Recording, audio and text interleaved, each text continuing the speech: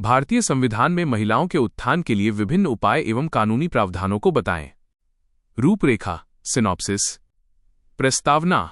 संवैधानिक प्रावधान constitutional provisions. महिलाओं के लिए प्रमुख कानूनी अधिनियम लीगल एक्ट्स। महिलाओं के उत्थान हेतु विशेष उपाय एवं आरक्षण। निष्कर्ष। प्रस्तावना इंट्रोडक्शन।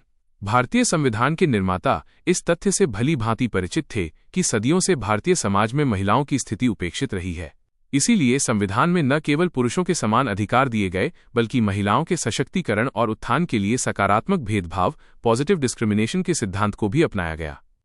इसका उद्देश्य महिलाओं को सामाजिक, आर्थिक और राजनीतिक रूप से पुरुषों के समकक्ष लाना है। संवैधानिक प्रावधान कॉन्स्टिट्यूशनल प्रोविजंस। भारतीय संविधान के विभिन्न अनुच्छेदों में महिलाओं के अधिकारों की रक्षा की गई है। 1. अनुच्छेद 14 समानता का अधिकार। ये सुनिश्चित करता है कि कानून की नज़र में स्त्री और पुरुष दोनों समान हैं। 2. अनुच्छेद 15(1) ये राज्य को धर्म, मूलवंश, जाति या लिंग के आधार पर किसी भी नागरिक के साथ भेदभाव करने से रोकता है। 3. अनुच्छेद 15(3) यह एक अत्यंत महत्वपूर्ण प्रावधान है जो राज्य को महिलाओं और बच्चों के लिए विशेष कानून या रियायतें बनाने की शक्ति देता है। उदाहरण, सरकारी बसों में महिलाओं के लिए आरक्षित सीटें इसी अनुच्छेद के अंतर्गत आती हैं। 4. अनुच्छेद 16 सार्वजनिक नियुक्तियों, सरकारी नौकरियों में अवसर की समानता प्रदान करता है। 5. अनुच्छेद 21 गरिमा के साथ जीने का अधिकार देता है, जिसमें महिलाओं की निजता और सुरक्षा शामिल है। 6. अनुच्छेद 39 डी राज्य को यह निर्देश देता है कि वह समान कार्य के लिए समान वेतन equal pay for equal work सुनिश्चित करे। 7. अनुच्छेद 42 कार्यस्थल पर मानवीय स्थितियां और प्रसूति सहायता मैटरनिटी रिलीफ प्रदान करने का निर्देश देता है। महिलाओं के लिए प्रमुख कानूनी अधिनियम लीगल एक्ट्स। संविधान के निर्देशों को लागू करने के लिए समय समय पर कई कड़े कानून बनाए गए हैं। 1. दहेज निषेध अधिनियम 1961 दहेज लेना और देना दोनों को अपराध घोषित करता है। 2. समान पारिश्रमिक अधिनियम 1976 ये सुनिश्चित करता है कि एक ही प्रकार के कार्य के लिए महिला और पुरुष को बराबर मजदूरी मिले। 3. सती निषेध अधिनियम 1987 सती प्रथा जैसी कुरीति को पूरी तरह प्रतिबंधित करता है।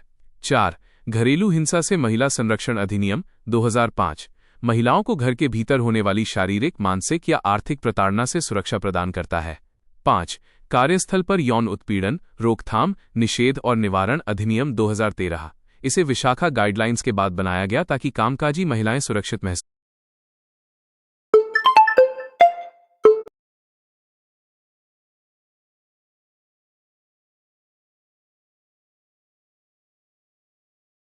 करें।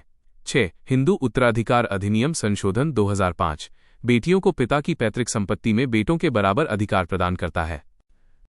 महिलाओं के उत्थान हेतु विशेष उपाय एवं आरक्षण। 1. पंचायती राज में आरक्षण 73वें और 74वें संविधान संशोधन के माध्यम से स्थानीय निकायों, पंचायत और नगर पालिका में महिलाओं के लिए 33%, कई राज्यों में 50% सीटें आरक्षित की गई हैं। इससे ग्रामीण नेतृत्व में महिलाओं की भागीदारी बढ़ी है। 2. नारी शक्ति वंदन अधिनियम 2023 संसद और राज्य विधानसभाओं में महिलाओं के लिए 33% आरक्षण का मार्ग प्रशस्त किया गया है। 3. शिक्षा में प्रोत्साहन बेटी बचाओ बेटी पढ़ाओ जैसी योजनाओं के माध्यम से शिक्षा को अनिवार्य और सुलभ बनाया गया है। निष्कर्ष कंक्लूजन।